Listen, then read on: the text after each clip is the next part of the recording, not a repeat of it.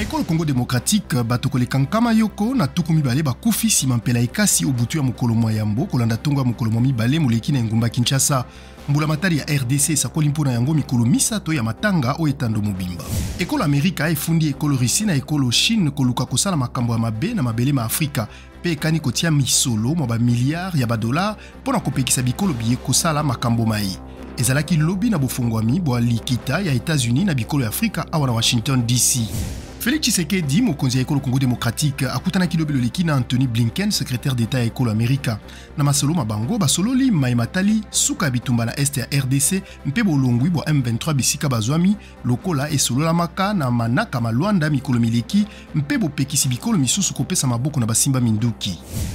Bosambisami bwa bato koleka nkama yoko na mwambe baye bafundama kotia matata mpe koboma bato na territoire ya Bagata mpe kwa Mut bobandi lelo na tribunal militaire ya Engumba Bandundu na kati ya bato baye tukumi bale na mwambe bamonani kozala basoda.